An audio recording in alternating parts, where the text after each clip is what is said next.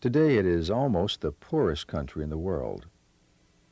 But once upon a time, on less land than the state of Rhode Island, the soil in Haiti produced as much wealth as all of America.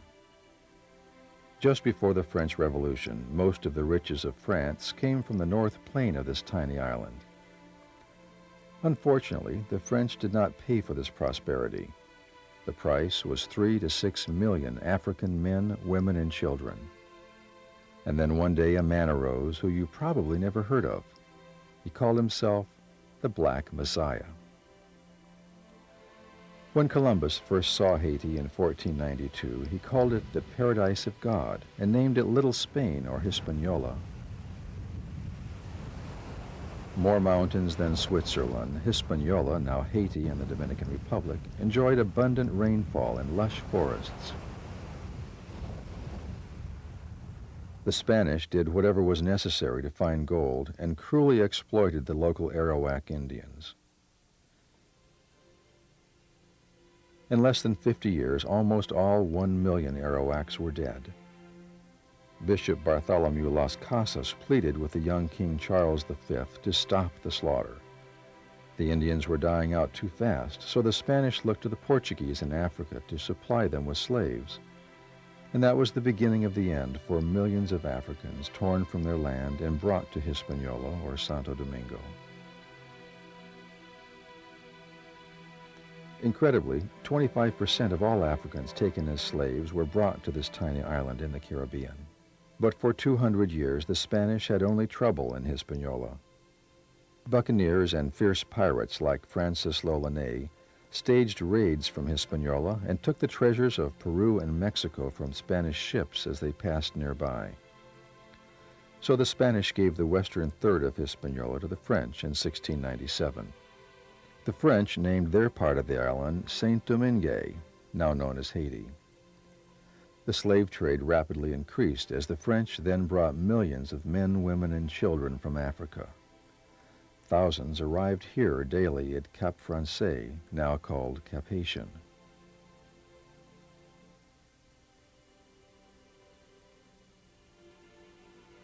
Slaves worked in tobacco factories, such as this one at a typical sugar plantation near Cap Francais. In the sugar mills, the whip cracked continuously as slaves were awakened at 5 in the morning and often worked in fierce heat and humidity until 10 or 11 at night. The French were greatly outnumbered, thus they were especially cruel to the Africans to keep their spirits and wills broken. Slaves were burned to death or hung for the slightest infraction.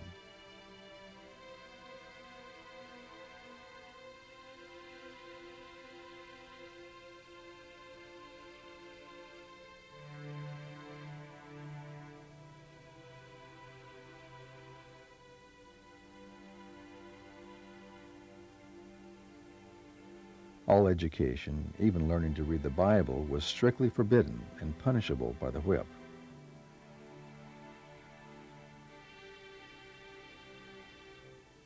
Though it wasn't really true, slaves were convinced they were meant to be slaves because other Africans had sold them into slavery. Slaves were told they were fortunate to be working for the French. Young children did simple tasks and could not be taught to read or write. Parents were split up, not allowed to raise their own offspring. Generation after generation raised with no knowledge of books or the outside world. Then one day a 12-year-old boy arrived at the huge sugar plantation of Lenormand de Mazie. They called him Macandal. In Haiti, almost no one would speak to us of Macandal. Because I know the Macandal in Haiti is a bad thing. It's a spirit. He was thought to be a voodoo sorcerer. Leaders of Macandal secret societies that exist in Haiti today are considered the darkest of sorcerers and feared by all. We traveled to Souvenance to meet the man who could lead us to members of the secret society.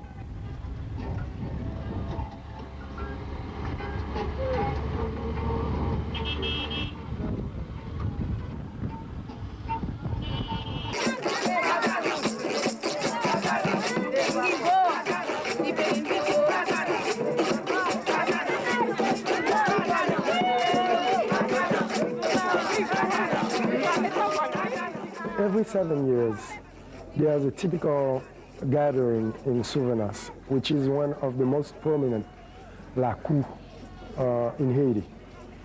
It's a famous temple.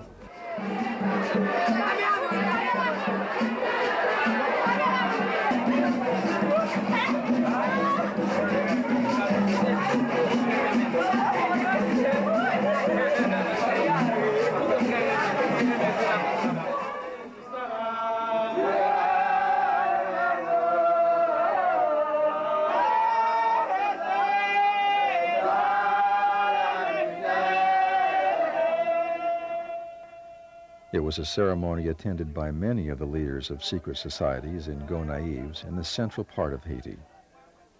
We met Uncle Fernan, the high priest of Souvenance, and drank tafia, a strong drink from cane juice that is almost pure alcohol. We waited the whole night through ritual and ceremony before being given permission to travel to visit Macandal secret societies.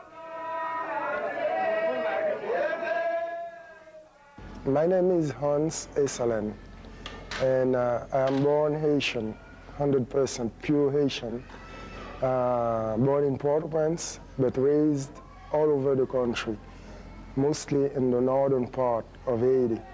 Hans spoke English, but was raised in Haiti and had been taught much oral history about the secret societies and Macandal. Here in Haiti, we have the griot. It's a group of people which are here for the purpose of recording oral history. Every event that happens, they record it, and like in Africa, they repeat it for events, special events. And I think that the story of Macandal is so well kept in our society that only the griot can tell you exactly what Macandal is. It's very difficult to speak you generally about Macandal. We have little information about his life. Arabic too. Oh, oui. Yeah, Oui, musique était fort. And he was good in music. He was excellent musique, sculpture. In Sculpture. C'est un grand homme. In Macandal, who was a slave from the Limbe region. We haven't found out exactly what plantation he was associated with. Some of the young are picked at an early age to be the successors of the adults. And fortunately, I was chosen to do a particular job, and I received a specific education into Haitian traditions. Macandal organized some revolt in the plantations, in the plants, with the slaves against the colon, against white people. We are said also that Macandal was missing a hand in a sugar plantation in his activities in this plantation. And after that, Macandal was caught by the policemen of the colony, and he was delivered to the white people, and he was burned. This is Bois Caiman, the secret location where slaves would sneak out at night to hear Macandal speak of freedom and revolution. Macandal had become highly valued on the plantation for his ability to heal people with his knowledge of plants. After Macandal escaped into the hills, he began gathering followers by the hundreds, insisting Saint-Domingue would become free of the French. No known slave in the previous 300 years of slavery had dreamed that such a thing was possible. The man in the white hat is a voodoo priest. He tells us he doesn't know who Macandal is. Very early, I started studying on the heroes of the Haitian revolutions. And Macandal was a prominent figure to me. Long ago, the griot told me that Macandal, from the day he was put on a ship, never accepted slavery. They approached Macandal on bended knee. For the first time, slaves thought about freedom, not just suicide or escaping into the hills. Macandal probably came from the Congo region of Africa. There is still a small village in the Congo that was probably the source of his name, as slaves were often named after their villages by slavers. When taken as a slave, Macandal was only 12 years old. Macanda, here shown, is near modern-day Kinshasa, just north of Angola. His father was a tribal chief in what was known as the Luango Kingdom. One of Macandal's most loyal captains was named Mayombe, and therefore may well have been from the same region as Macandal. Macandal could sculpt. Macandal could paint and play musical instruments. He had an amazing knowledge of plants and what they could be used for. But one of the most remarkable things about Macandal is that he could read and write Arabic fluently.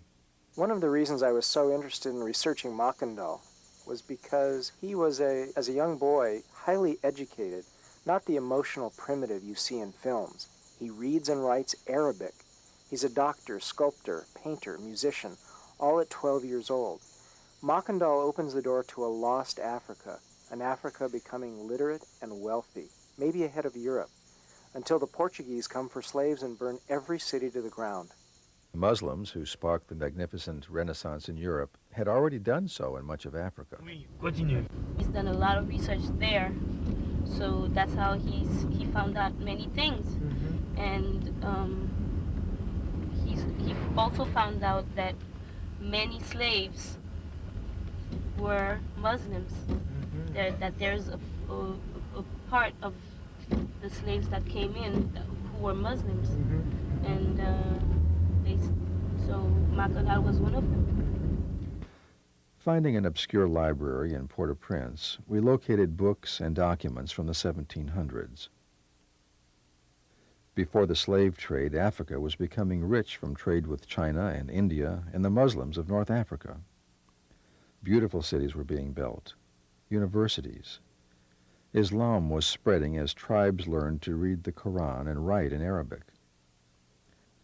While Europe was still mired in the poverty and plague of the Middle Ages, Africa may well have been enjoying a golden age of prosperity. In 1352, Ibn Battuta, a geographer from Algiers, wrote that the Negroes have a greater abhorrence of injustice than any other people. There is complete security in their country. Neither traveler nor inhabitant has anything to fear from robbers or men of violence. The Portuguese were angry with the Muslim Moors for their invasion of Spain and declared a Christian holy war on Africa. The Portuguese demanded gold and slaves. They burned African cities to the ground. To stay alive, tribes began attacking neighboring tribes just to obtain captives to offer to the Portuguese.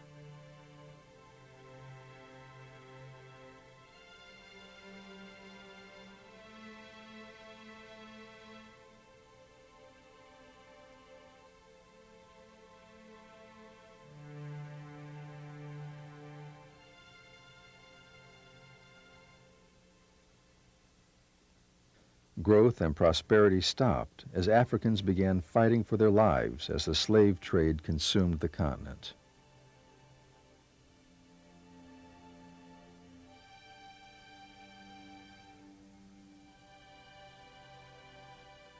The first known African tribe to begin attacking other tribes to sell to the Portuguese were from Dahomey.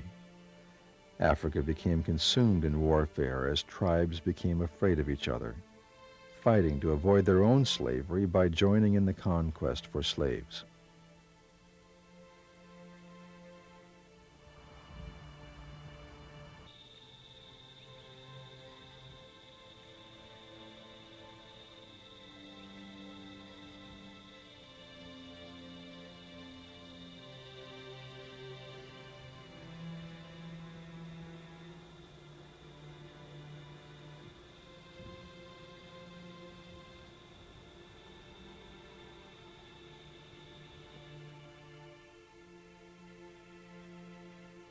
Blacks began hating other blacks from different tribes.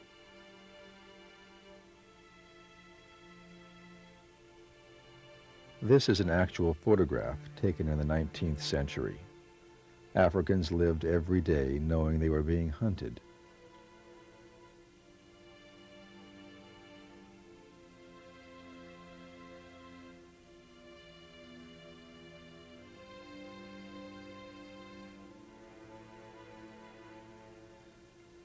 Today, most people think of Africa as a land of simple tribes. With the loss of 24 to 48 million of the brightest and strongest men, women, and children, Africa was ravaged. Without gold and diamonds, there was little to rebuild with.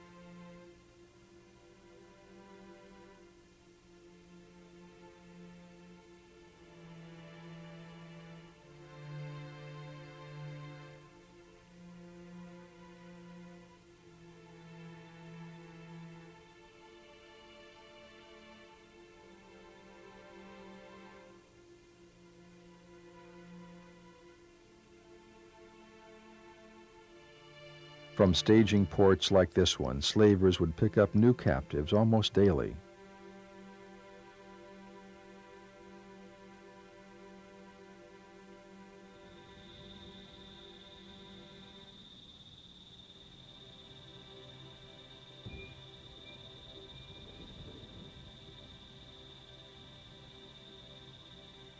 Most damaging was the separation of husbands from wives and children from parents. The family structure was damaged over and over again as slavers relentlessly drove deeper into the heart of Africa to take them into slavery during the course of over 400 years. As Africans were plucked, sold into slavery on the continent, there was little or no regard for family units. I mean, people were looking for strong, able bodies that would serve a specific need. The slavers had no interest in intact families and so forth. That, in and of itself, begins to send a message.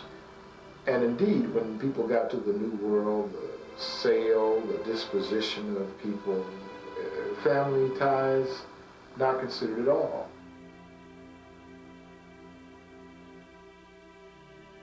Whatever importance, whatever meaning family had to me, that's challenged, because this is not my primary loyalty. The notion of a husband and wife, children, that kind of continuity, in my head, there's something else. There's this overarching relationship with power that I have to pay very close attention to. And that begins to gnaw at these strong family and institutional kinds of, psychologically.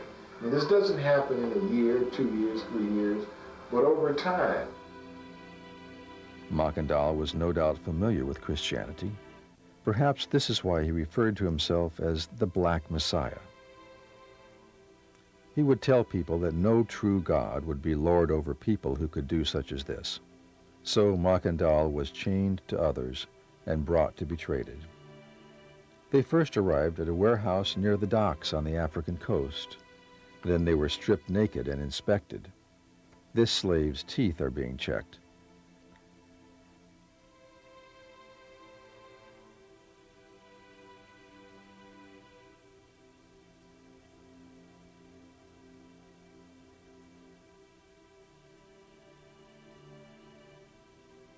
They were placed in hot and humid hulls of the ships on shelves not large enough to stretch out or stand up in.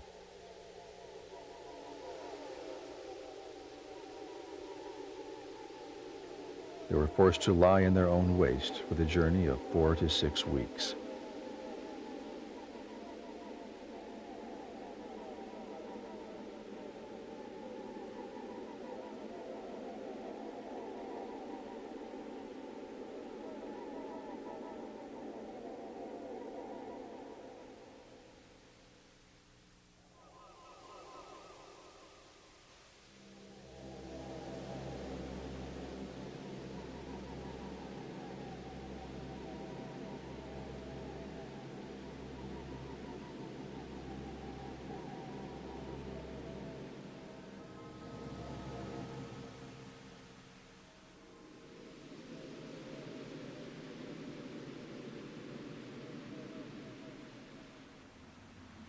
Slaves sometimes killed their own children to spare them the pain of slavery.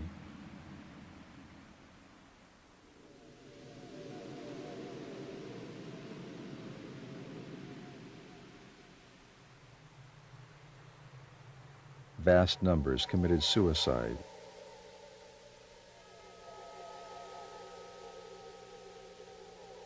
slaves would stop eating. This slave is being force-fed.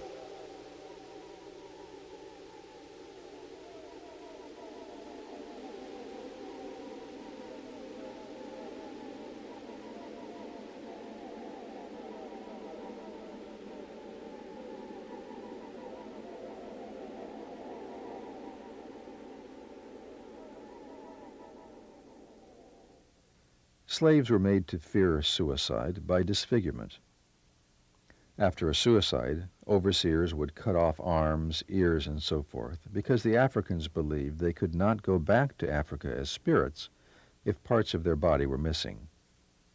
This is where Macandal arrived after he was taken from his family at the age of 12, Cap Francais, now called Cap Haitian, a port on the north side of Haiti.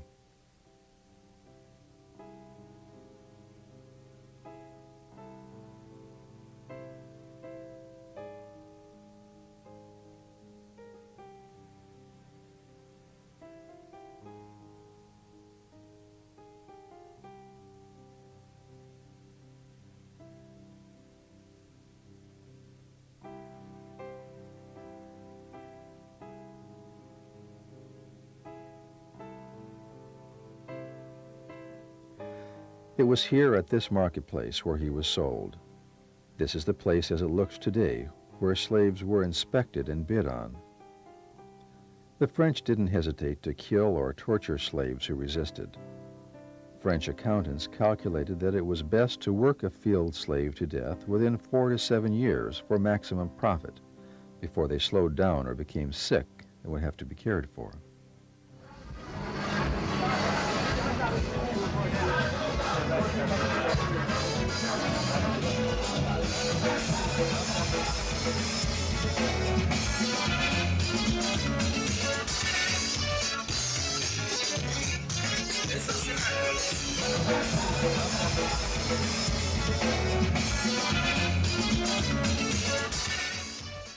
And what's more devastating psychologically than that, to know that you cannot control your family, and that you are not the prime mover.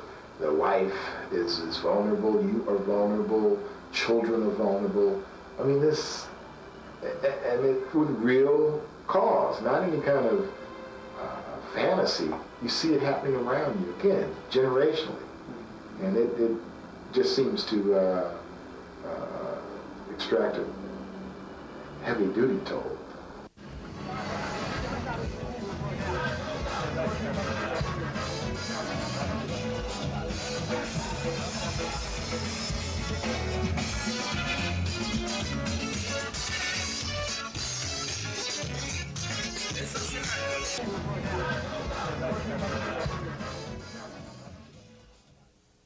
Even when the French adopted the Declaration of the Rights of Man guaranteeing freedom for all, the planters ignored it.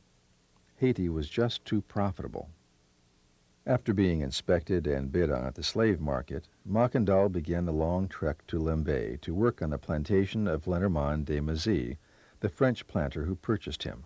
Macandal will walk over 20 miles in chains to the Limbe River and valley.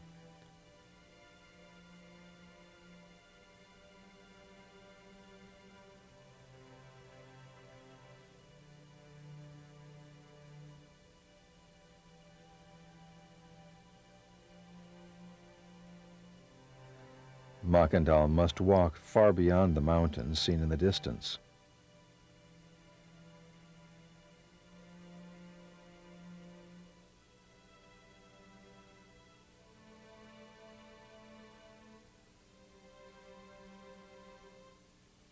This is Limbe. Now he must walk to the Limbe River and follow it to the plantation.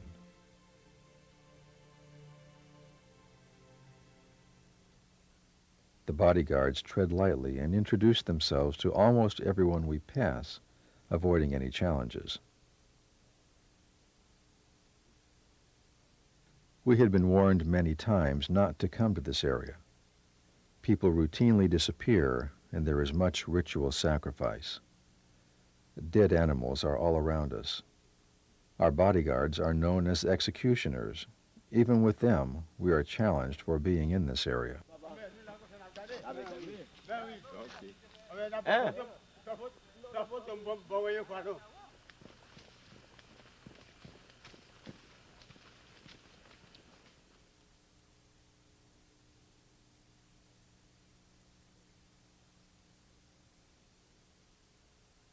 On this little bit of land in North Haiti, France collected 2/3 of all their wealth, all profit with virtually no cost for production, and sugar was in great demand all over the world for use in foods and in the production of rum. This is where 3 to 6 million slaves died through being tortured or worked to death.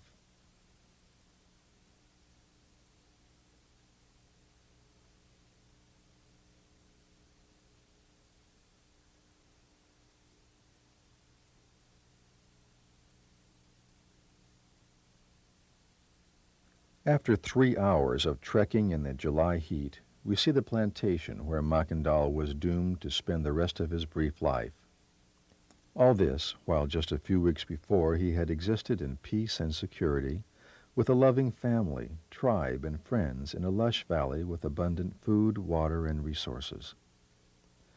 Now, alone, without friends or family, and unable to speak the languages of the other slaves or the French, Macandal must have felt completely alone.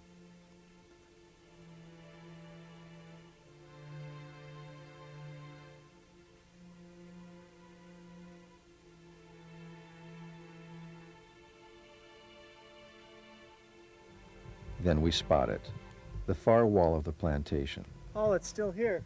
The home of Lenormand de Mazie, his family, overseers, and about 200 slaves. Right here. See this big wall? This is it. One of the largest and most successful plantations in the North Plain. These walls were built in the early 1700s.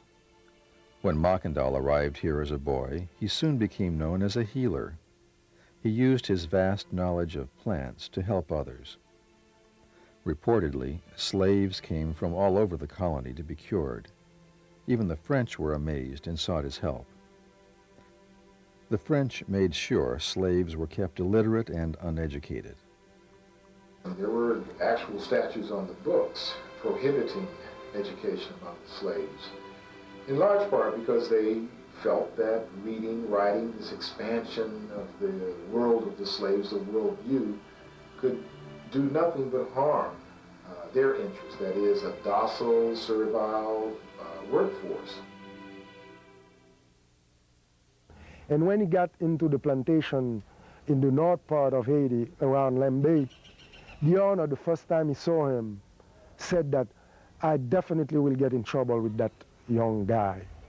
And Macandal, being a perfect leader, knew how to get himself into the slave society and even get himself to know what the white man thought, to understand how he could have a plantation going on, how he could mentally put the chains and have the Africans or the Creoles to work for nothing, but for waiting for death. He was known for his wit and intelligence and raised the morale and confidence of slaves around him. Macandal, knowing well the value of education, became fluent. He taught himself French, perhaps teaching himself in secret. But then one day, at the age of about 18, Macandal fell in love with a beautiful young house slave. As was the case for many young house slaves, the girl was also pursued amorously by her owner. She had been forced to accept his advances, and no master tolerated the loss of a beautiful young slave to another. The master discovered that the girl and Macandal had fallen in love. Macandal apparently found out about the jealousy and did his work flawlessly to avoid any confrontation. But the master trumped up a charge to have Macandal whipped with 50 lashes, almost always a death sentence. White overseers were careful to use other blacks to carry out torture and punishment. Slaves usually were closed-mouthed, not knowing who was an informant. The master created hatred among the slaves towards each other to keep them divided and disorganized. Macandal refused to be whipped and instead broke free and raced into these hills.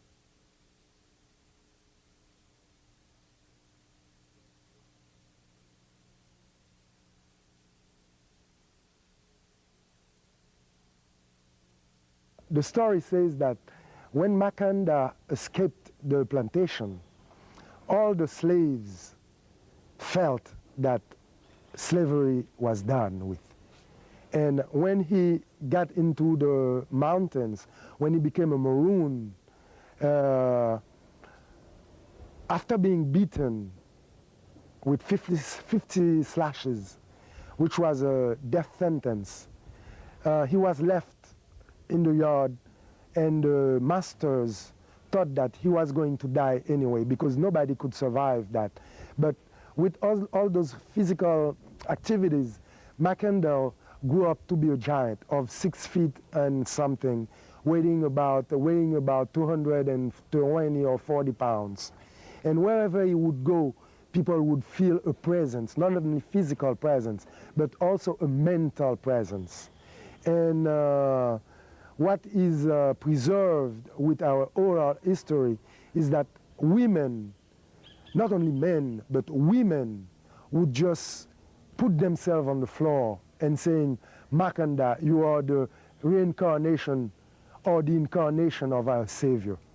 You are the man who will, even if you can't lead us to liberty, but you will show us the way to get into liberty. Being at a part of the plantation near Cap-Haïtien, he fled until he came to this pass in the mountains, searching for a hideout. Guides lead us to the spot.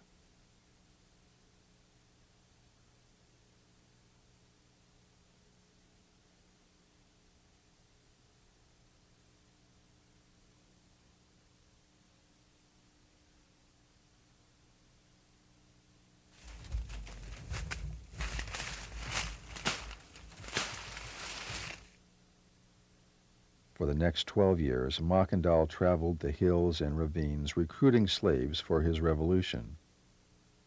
He was the first escaped slave, or maroon as they were called, who was known to claim that the slaves could actually defeat the French and have complete freedom. He declared himself a prophet, predicting that Saint-Domingue would gain freedom and independence. He told his followers that God had chosen him to free blacks. As this messenger of God, he called himself the Black Messiah. And he started himself to resemble, to get together all the maroons in the mountains of the northern part of Haiti. And slaves would be pouring in his camp, even if they didn't know him, just listening that Macandal was free and preparing the revolution.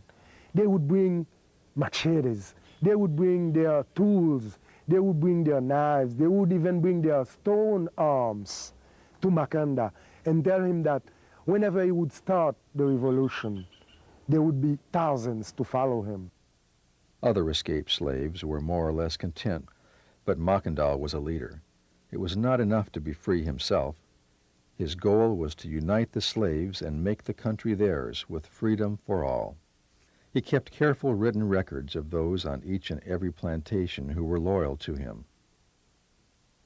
He organized the Maroons into a military force with captains and lieutenants. 2 men, Toussaint and Mayambi, were his closest confidants. Maroons had hidden colonies like this one with wives, children, and crops. Macandal was the first to unite all of the various tribes and secret societies into one cohesive force. If I know something about a secret society, you know something about a secret society. It's not more a secret society. I can explain you that. I'm sorry. So I cannot and I don't know. Because he so frequently escaped, people today believe Macandal was a part of the Voodoo religion. However, there is no evidence that Macandal practiced voodoo. In fact, most of the leaders of the revolution who worked to free Saint-Domingue probably did not practice voodoo. Yes, they credit voodoo for being responsible for the independence of Haiti. And we have information, and as I was telling you earlier, I have proof. Those are documents that are in my family, who has been in my family for a long time, where I can prove those are letters from Toussaint L'Ouverture himself, Jean-Jacques Dessalines, Henry Christophe, Alexandre Peon, where they clearly expose their position about voodoo. Digging deeper into voodoo, digging deeper into secret societies, I found out that each part of Haiti has a secret, a well-kept secret. Some of them knows how to make poisons. Some of them and others, very different from those who knows how to make poison, know how to cure from the poison.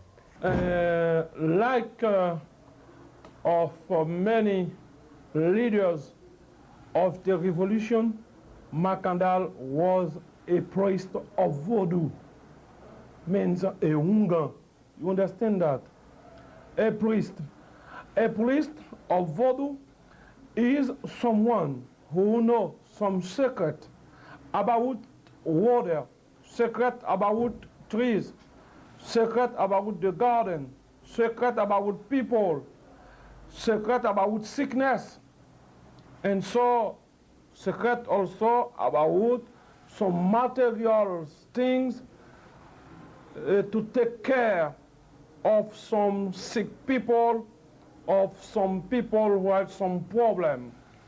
Macandal like a priest of voodoo. After that, the oral story teach us that Macandal had some possibilities to move from one place to another with quickly and mysteriously. Voodoo is important because it's part of our past, of our culture. But the danger is that people are giving voodoo, I think, an importance that I don't think voodoo has. And the worst danger is that they're giving voodoo power that voodoo doesn't have. Because, as I said all the time, if voodoo was that powerful, why would Haiti be in that situation that it is right now? Macandal declared war on the French, leading raids on plantations and poisonings throughout the colony.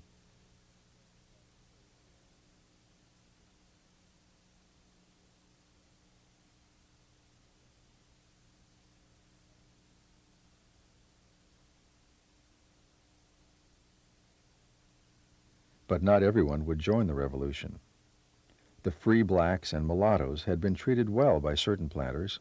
They had property and money. Without their support, Macandal's forces could not afford artillery.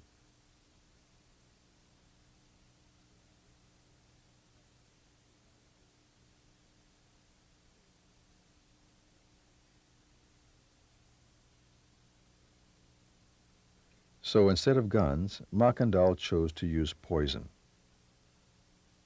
This man is a voodoo priest and claims he becomes possessed with the spirit of Macandal.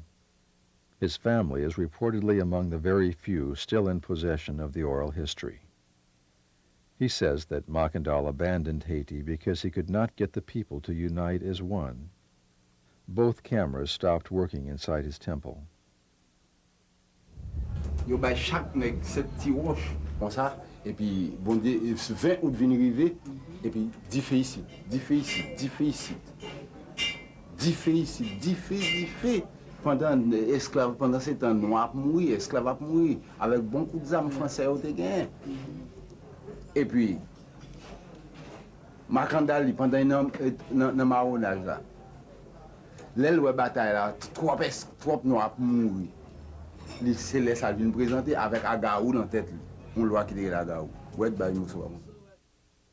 After 12 years of raids and small attacks, he planned a major assault, distributing packets of poison to thousands throughout Saint-Domingue. His plan was to poison the French, and while they were in the throes of death, his forces would descend from the hills to finish the battle. enfant comment oui, moi vin l'ambasser, moi vin par la ployer.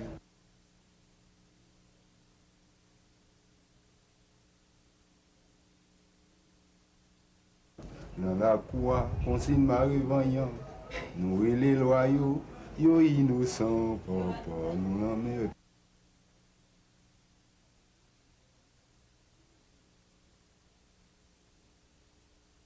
Puis là, fait la l'endroit. Depuis blanc, il y a un gros bouton, il y a la fièvre, red, tout à l'heure.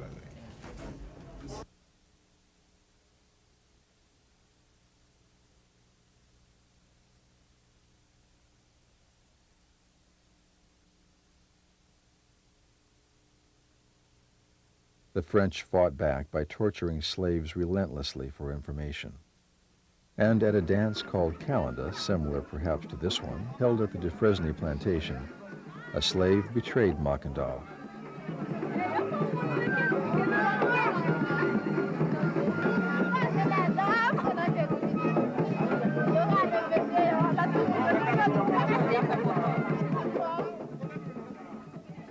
Her name was Assam, and she brought him tafia, the strong drink made from cane juice. His senses dulled, Macandal was an easy target for his enemies. He was then taken by guards and tied up in the office of the plantation. The men went to get soldiers, but when they returned, the ropes were on the ground and Macandal was gone. The dogs were brought in and a full search of the area was launched. Macandal was captured. He was about 30 years old. After a mock trial, Macandal was taken here to the center of town to be burned at the stake. Slaves were gathered from throughout the colony to witness the punishment of their devoted leader. When Macandal was brought out in chains, he was brash and fearless, and he talked to the crowd of slaves. The day was January 20, 1758. He made a promise to all those present, saying that he would return as a mosquito to do more damage than ever before.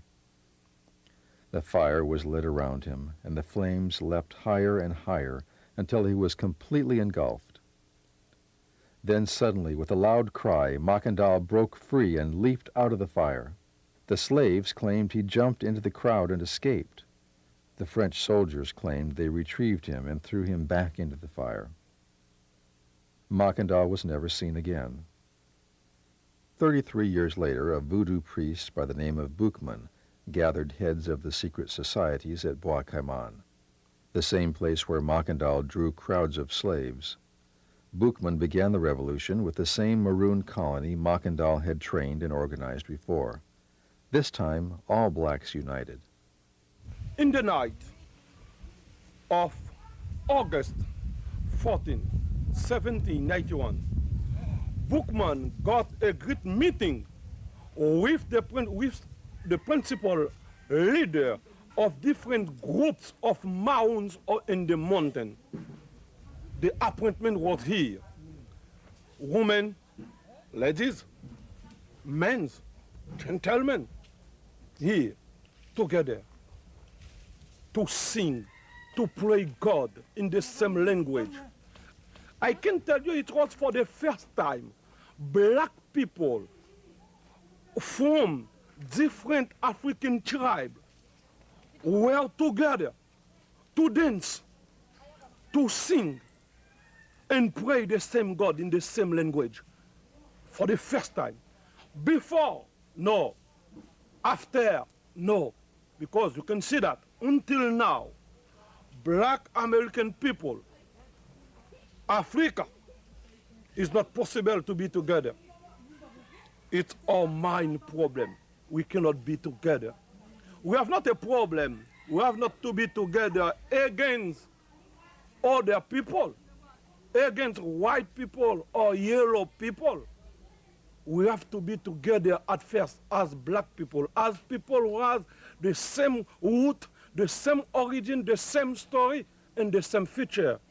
And so we have to work together with other people. We are on the same planet.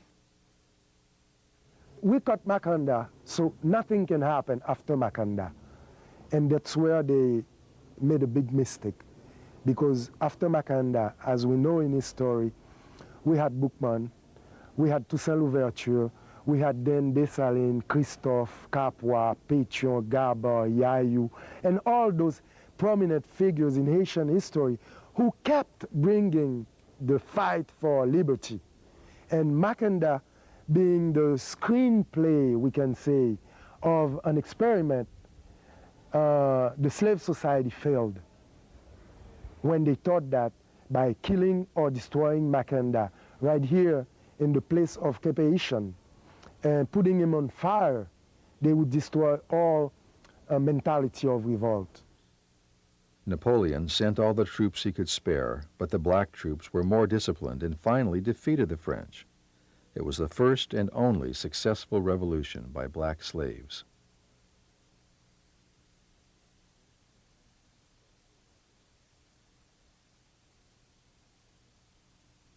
Haiti started it, and Macandal first saw it. The most important hero of the revolution of 1791 was Toussaint L'Ouverture. He was raised in the same area as Macandal. He was fortunate enough to be under a kind planter who allowed education. He was 16 years old when Macandal disappeared and no doubt was well aware of Macandal's revolution. Like other blacks treated well, Toussaint was not interested in revolution until it was inevitable 33 years later. Toussaint was wounded 17 times during his battles against Napoleon. Saint-Domingue was renamed Haiti, which was the original Indian name meaning land of mountains. Toussaint reorganized the plantations, and blacks went back to work for wages. Under his leadership, Haiti improved its revenue by 27% over the best production the French ever had using slavery. But Napoleon tricked Toussaint into coming to France. Once there, he had him jailed, where he died soon after. All of Cape Haitian was burned to the ground during the Revolution. The buildings you see here in the French style were all built after the Revolution because nothing was left standing. The British tried to take Haiti but could not. The reason was the mighty mosquito. The mosquito attacked like never before and passed yellow fever to the British, killing over 30,000 troops. The French tried to retake Haiti, but they could not, as many great generals arose to fight the French off. There are reminders everywhere of the battles against the French.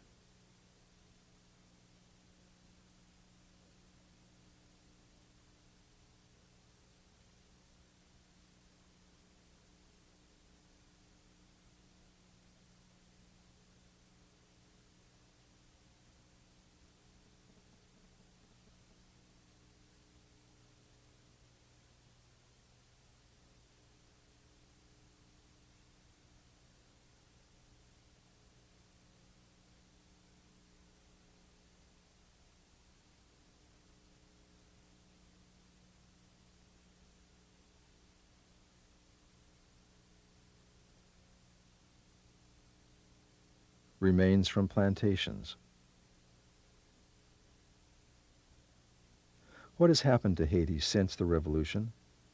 After losing the war to Haiti, Napoleon convinced the European nations to stop trade with Haiti to give them a lesson. He warned other European nations that if Haiti was successful, black slaves everywhere would revolt and seek freedom. When trade stopped, Haiti was brought to severe poverty. Today, the legacy banning education for hundreds of years among slaves has left its imprint. Most Haitians still cannot read or write. Less than 2% have the equivalent of a high school education. Education over time tends to be important only to the extent that education, as we think of it, literacy, can produce real results. You have common in movements of social change, oppressed population, the first generation gets access to education, and if indeed after getting educated there's a possibility of mobility, that will become reinforced. But if someone gets a population in Haiti gets educated, or is late 18th century, and there's nothing to do with that but go back to the fields.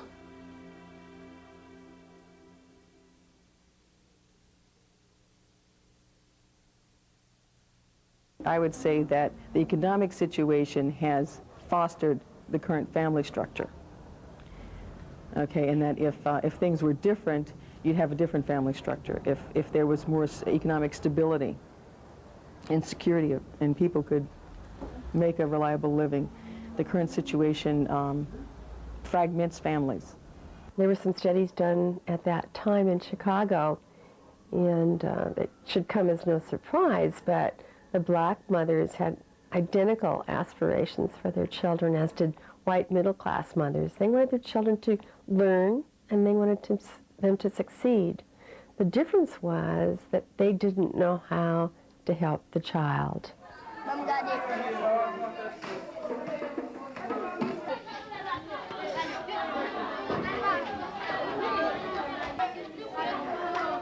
Most recently at the White House conference that Hillary Clinton held, research was released that showed the critical importance of that early intervention in a child's life.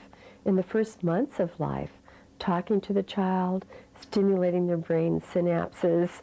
We could raise a child's IQ by 20 points with a one-year intervention in the classroom with these young children. And the long-term studies, 15 and 20 years later, show that the Head Start children are significantly different than their peers from the same neighborhood. They have continued their education. They've graduated from high school. Many of them have gone on to college. They are better off economically.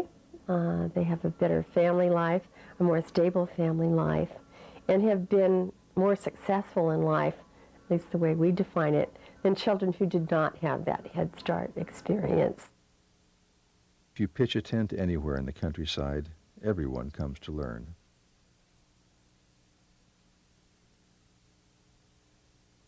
Macandal was taken from a tradition of education and accomplishment in Africa to be a slave.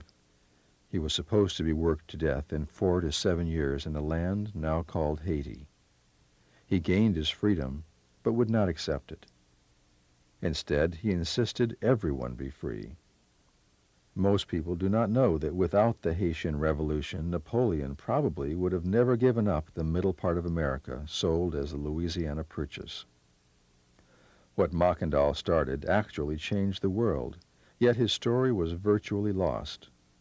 Of the Macandal history, I can say that I feel this guy in my veins whenever I see frustration, whenever I see poverty, whenever I see oppression. I used to work with young children, started a number of programs in early childhood and child development, but I currently work with graduate students.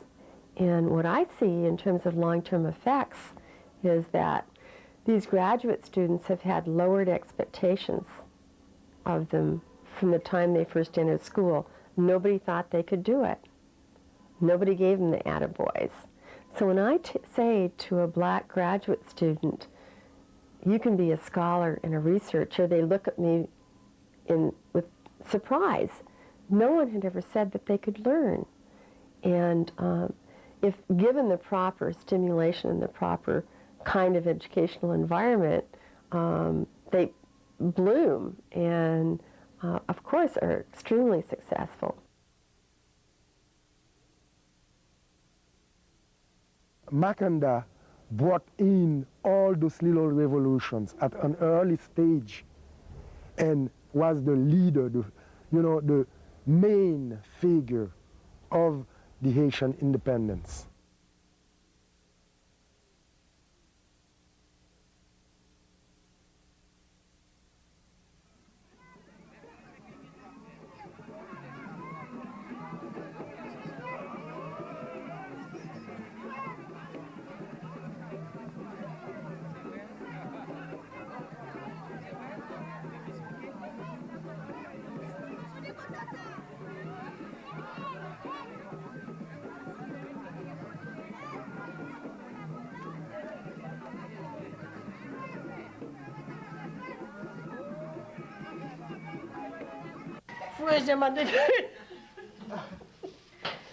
Non ti revè, Linda. Pale. Mrele la tortillage li. Claude. Hey, Joseph. Who that boy? Hey, yo. Moi, les Jacques. Moi-même, c'est Claudette Jean. Pierre. Même c'est J'espère François. Pierre. Moi, les gens, ils doivent s'inviter. Non, c'est Patrick. Marguerite Joseph. Janine Delva. Marcilien. Claude.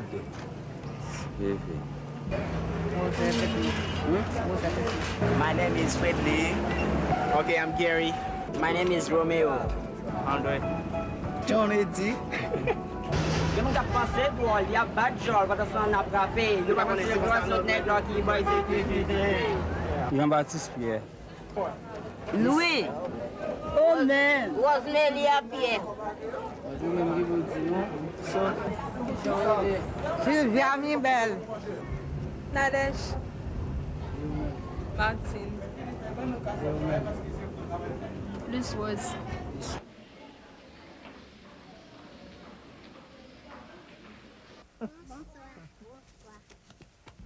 Cindy? Oui. Comment elle est? Roselyne. Rosalind? Oui. Comment elle est? Bouchon. Beauchamp? Oui. Nadège. Nadège? Oui. Vous. Kali. Amonisé. Bonsoir. Bonsoir. René m'a dit Williamson. René Nadège.